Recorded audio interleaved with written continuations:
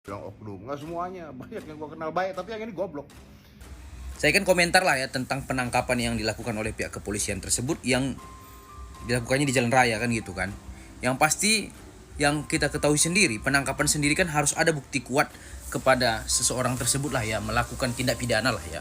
Makanya pihak polisian bisa menangkap seseorang tersebut kan gitu. Kalau memang bukti permulaannya itu cukup dan kuat kan gitu. Jadi di sini ketika contohnya lah ini kan hasil tes urinnya sendiri, misalkan ini kan katanya kan positif ini si apa ya si asistennya kan, namun ternyata tidak ada barang buktinya, itu pasti tidak bisa ditahan kan gitu kan, harus punya dia barang buktinya kan gitu. Namun yang saya mau cermati di sini ataupun komentari yaitu soal Bang Saiful Jamil sendiri kan gitu, dimana setelah dicek lah ya, dicek urin, tes urin ternyata dia negatif kan gitu kan, yang otomatis ini kan harus jelas dia posisinya Bang Saiful Jamil di sini apa kan gitu kan. Memang kita ketahui memang Bang Saiful Jamil sendiri di sini akan dilepaskan lah misalkan dia memang tidak terbukti dalam 1 kali 24 jam kan gitu sesuai dengan peraturan KUHP kan gitu kan. Namun kan begini, penangkapan yang dilakukan itu saya rasa seperti di jalan raya itu. Misalkan ternyata tidak terbukti ini Bang Saiful Jamil sendiri salah satu pelaku atau sindikatnya ataupun yang turut serta dalam hal tindak pidana ini tadi, dugaan narkoba tadi ini, pasti kan sangat malu kan gitu kan. Karena apa? Karena kita lihat cara penangkapan tersebut ya seperti tidak pas lah gitu ya. Sedangkan orang yang koruptor aja pun nggak seperti itu kan gitu. Ini yang tanda kutip perkaranya yang belum jelas gitu ya kan. Karena belum jelas dalam arti apa? Karena memang Bang Saiful Jamil sendiri sini belum bisa dibuktikan lah kan, apalagi tes urinnya negatif. Tapi udah diberlakukan seperti itu kan gitu. Semua orang lihat loh se-Indonesia bagaimana dampak psikologis kan gitu. Terlepas dari Bang Saiful Jamil sendiri ya ada mungkin perkara di sebelumnya kan gitu kan. Namun kan kita harus melihat yang saat ini kan gitu kan, yang terjadi nih.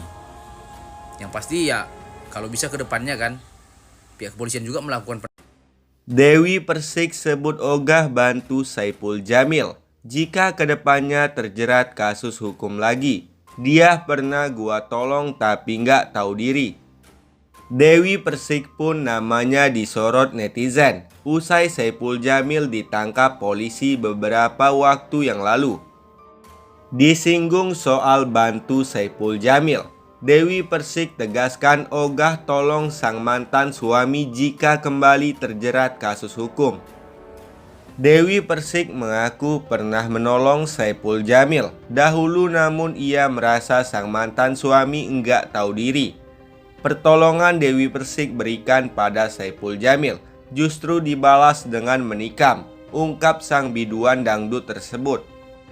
"Ngapain aku harus bantu? Enggak lah," kata Dewi Persik. "Aku punya kehidupan sendiri," lanjut Dewi Persik. "Aku sudah pernah membantu. Aku dulu sudah pernah bantu dia," ujar Dewi Persik. "Saiful Jamil masuk penjara saja gua bantuin," tutur Dewi Persik. "Gua kasih duit, gua bantuin," ucap Dewi Persik. Ogah dikait-kaitkan lagi dengan Saiful Jamil. Dewi Persik sempat sebut jika dirinya sudah punya pasangan. Nampaknya Dewi Persik sudah cukup kapok membantu Saiful Jamil ke depannya. Bagi sang biduan, Saiful Jamil tergolong tidak tahu diri usai dibantu oleh Dewi Persik. "Ngapain gua bantu?" kata Dewi Persik. "Gua mah ngebantu sama orang-orang yang tahu diri," lanjut Dewi Persik lagi. "Gua nggak akan pernah ngebantu sama orang-orang yang nggak tahu diri. Cukup," kata Dewi Persik.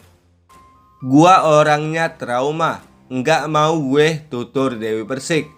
"Kalau mau dibantu sama gue ya dia harus tahu diri," ucap Dewi Persik. Trauma masa lalu tentang Saiful Jamil membuat Dewi Persik enggan membantu lagi sang mantan suami. Lebih lanjut, dalam siaran langsung terbarunya, Dewi Persik emosi dikait-kaitkan dengan mantan suami.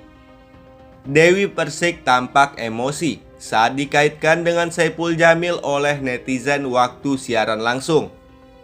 Dewi Persik tegaskan enggan dikaitkan lagi dengan Saiful Jamil karena ia sebut dirinya sudah punya pasangan. "Aduh, enggak usah kamu papi-papian," kata Dewi Persik.